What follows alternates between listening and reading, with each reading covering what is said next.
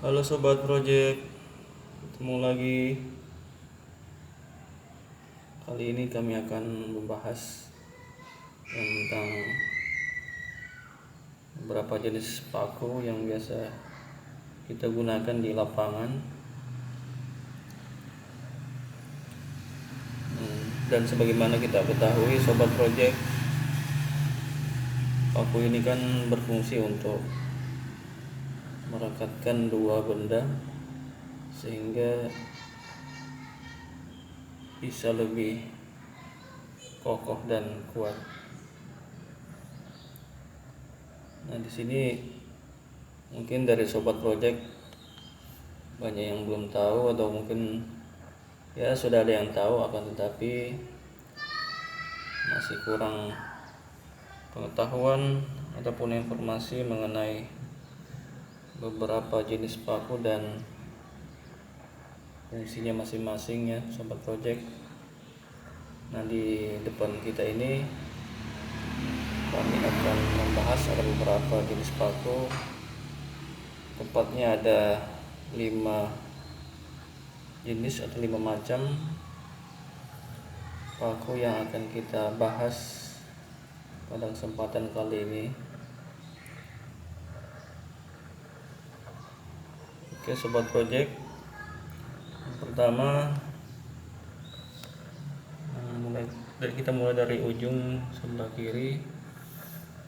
Ini adalah paku biasa, paku besi biasa ya Sobat Project. Ini yang biasa kita umum gunakan di baik di rumah ataupun di luar, di lapangan. Ya, ini untuk memaku kayu kelas 2 lah ya, maksimal kayu kelas 2. Karena kalau digunakan untuk kayu kelas 1 seperti kayu ulin untuk kayu besi maupun kayu bongkirei, ini akan mengalami pembekokan atau paku ini tidak akan mampu untuk masuk ke dalam kayu tersebut lebih jauh lagi. Dia akan bengkok Sobat Project, karena memang kalau khusus paku ini adalah paku untuk kayu biasa kelas 2 ke bawah, kelas 2 dan kelas 3. Ini juga ada beberapa ukuran sama dengan paku-paku yang lain, mulai dari 1 in sampai ke 4 in, bahkan ada yang 5 in. Ini paku yang pertama adalah paku biasa. Kemudian yang kedua adalah paku ulin.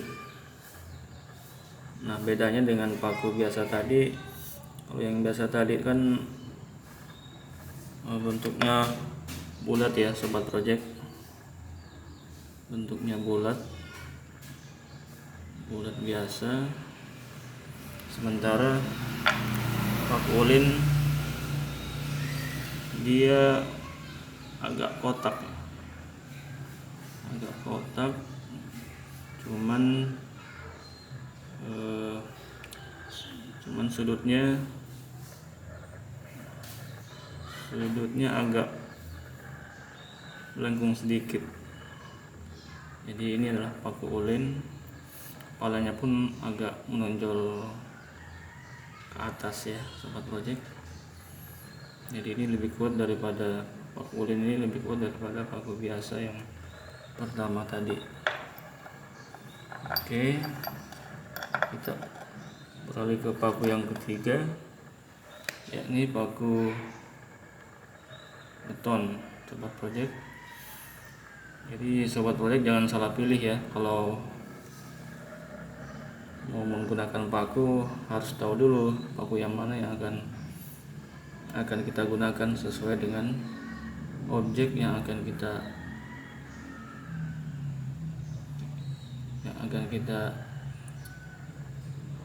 pakai.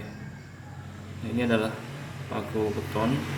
Jadi ketika kita mau memaku beton ataupun tembok, maka ini adalah paku yang tepat yang bisa kita gunakan. Dan biasanya paku beton ini dia bentuknya bulat juga, cuman ada apa namanya ya, ada semacam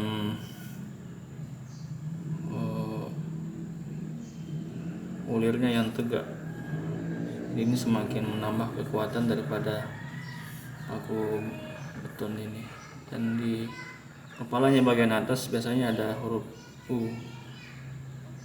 Ya, jadi ini ciri dari paku beton ya sobat project. Kemudian paku yang keempat adalah paku seng. Nah, mungkin sobat project sudah biasa ya, sudah biasa menggunakan ini. Jadi ini paku seng atau biasa juga disebut dengan paku payung. Nah, memang dia modelnya seperti payung, cuman untuk batangannya ini dia seperti spiral ya. Ini gunanya untuk menahan menahan lembaran seng agar tidak mudah untuk terangkat. Jadi ini ya, ini lumayan panjang. Biasanya sih ada dua macam ya, ada yang agak pendek dikit, dan ini adalah yang kedua adalah yang lebih panjang. Ini ya sobat project, ini adalah paku seng. Kemudian paku yang terakhir adalah paku GRC. Ini sobat project, paku GRC ini seperti paku biasa, akan tetapi dia punya kepala ini lebih tipis ya, lebih tipis. Jadi ketika GRC itu dipaku dengan paku ini, maka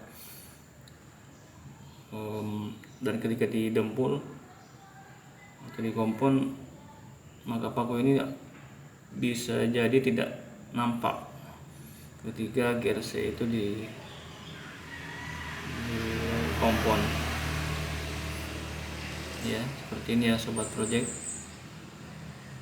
Jadi sekali lagi jangan salah pilih ketika kita akan mau menggunakan paku. Kita mau menggunakan paku, kita harus memilih apakah, kita lihat dulu ya, apakah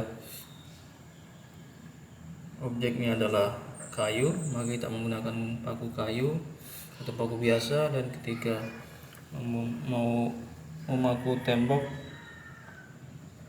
maka kita gunakan kita menggunakan paku beton.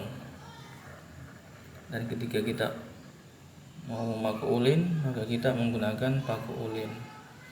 Dan ketika seng, kita menggunakan seng. Dan terakhir ketika kita akan memaku GRC, maka kita sebaiknya menggunakan paku GRC.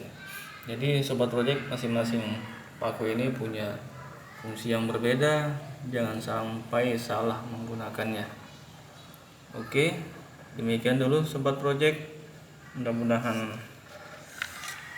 bisa kita aplikasikan di lapangan.